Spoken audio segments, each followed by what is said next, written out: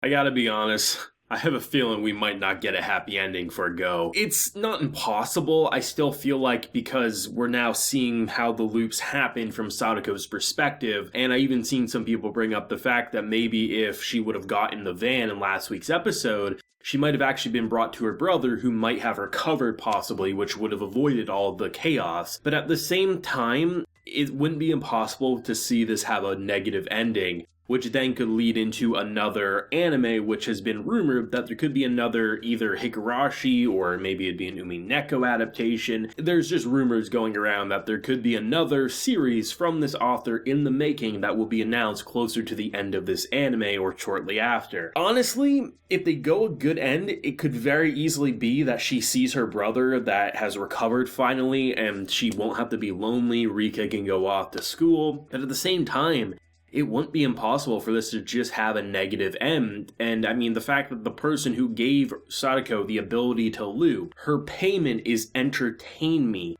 and she laughs at you running away fearful, not knowing what's happening. I'm sure we'll get even more clarification down the road in the anime, even though we have a few episodes left. There's still time to explain more into that. But I mean, in terms of an introduction of why are you here, I just want to be entertained and I'm much more powerful than the cat. I will let you remember, unlike, well, obviously Rika up until the point that she started remembering. It's very fascinating to see what I thought was going to happen after last week, starting to see how the loops occurred. And they did the thing that I thought they needed to do to solve these issues, but the thing I didn't take into consideration was Sadako didn't know Rika looped, and Rika didn't know Sadako looped. So for Sadako, she still feels betrayed even though Rika didn't do anything wrong. She made her a promise that if you're ever in trouble, I will come to help. And if we look at it, because they had a conversation, I don't want to go to this school, I will help you if you come to this school. If you have issues, obviously with your grades or fitting in, I will help you. And there comes a point in the episode where I was like, oh man, Rika actually betrayed Sadako, how dare she?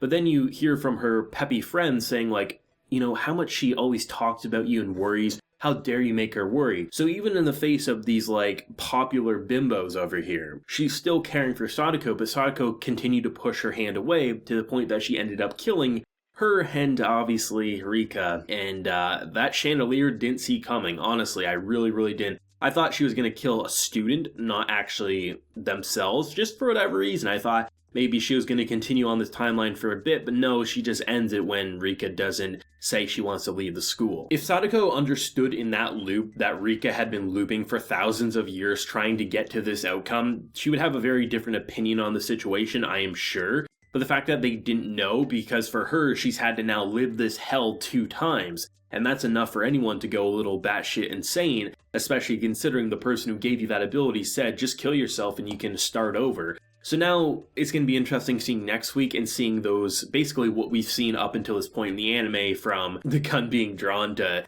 everything else. This was an episode that really puts into perspective her descent into madness, because even after last week, you could say, why would she want to just like screw over Rika? She gave it an honest to go shot. She pushed back, tried to stop her from going to the school, and she spilled her guts saying, I do not want to go to school because I'll be left behind. I won't be able to keep up with the studying. If you go, I will make sure that whenever you need help, I will be there.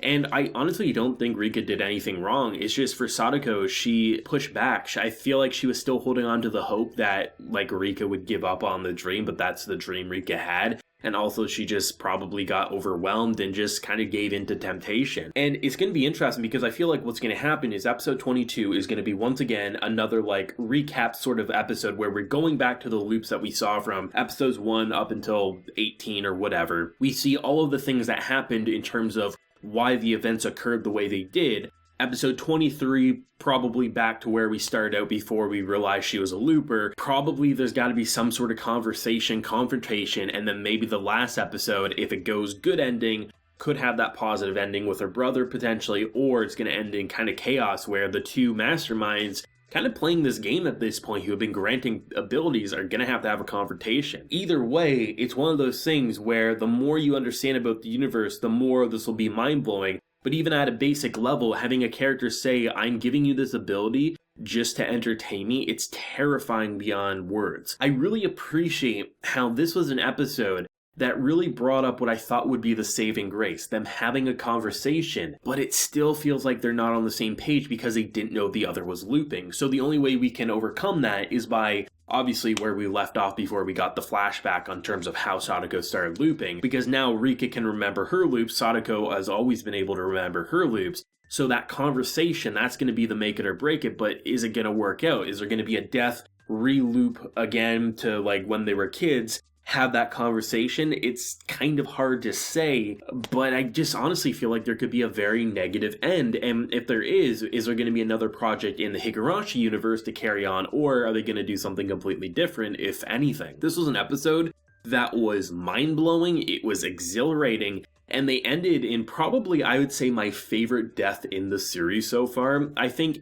it was unexpected enough, but it was so graphic because literally just saying hello to students is enough to rile these feathers. So to drop a chandelier on you, which you're already hugging her, which is taboo for them, you kill both at the same time with a chandelier and splatter them with blood. That has to be the most shocking thing that school has seen since they realized they had prison cells down below. This episode, I feel like most people will probably get a damn kick out of it, but I think there could also be the possibility of people saying, well, there's these questions we have about why this character even gave Sadako the abilities, but I really think just the basic understanding of like, hey, she wants to be entertained and she's a lunatic, I think is good enough. I just hope by the end of GOU, there will be a bit more clarification, a name drop, so to speak, and there will be a big tie-in, so at the very least, at the base level, people who jumped into Higurashi don't need to know of Umineko fully to understand what's occurring past, obviously, like we know, like this character wants to be entertained, which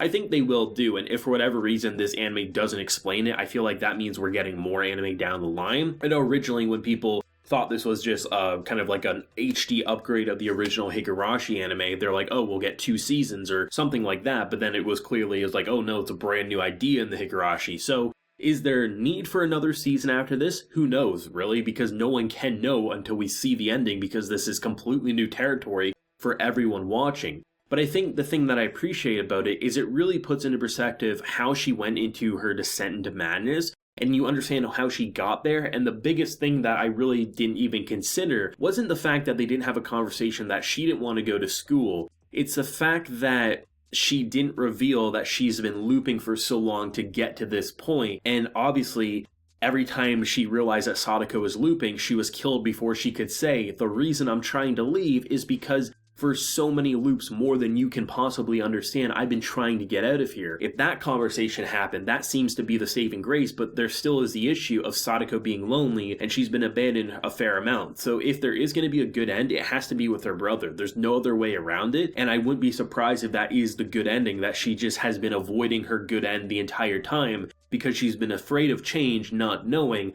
that her brother could have been alive and well waiting for her. Something like that could easily happen, but it could also easily happen where everyone gets a happy end other than her, which would be pretty damn painful, I have to say. I know negative endings aren't things people usually like, but I'm kind of a sick bastard. If they give me a negative ending, I'm still gonna enjoy it because that's just who I am. But there is room for a positive one, but it's kind of a matter of, are they going there? Honestly, only time will tell. This episode, and just honestly, ever since we realized Sadako was looping, that arc, this chunk of the anime, is so good for putting into perspective content we already enjoyed, but now when we go back to rewatch is going to be so much more interesting. And I'm really excited to do a binge of GOU and just now really focusing on Sadako's actions all the more, because obviously we're getting the loop probably next week to show all of the deaths up until this point. But it's going to be very fun to watch all of her actions once again, knowing the context of where she's going.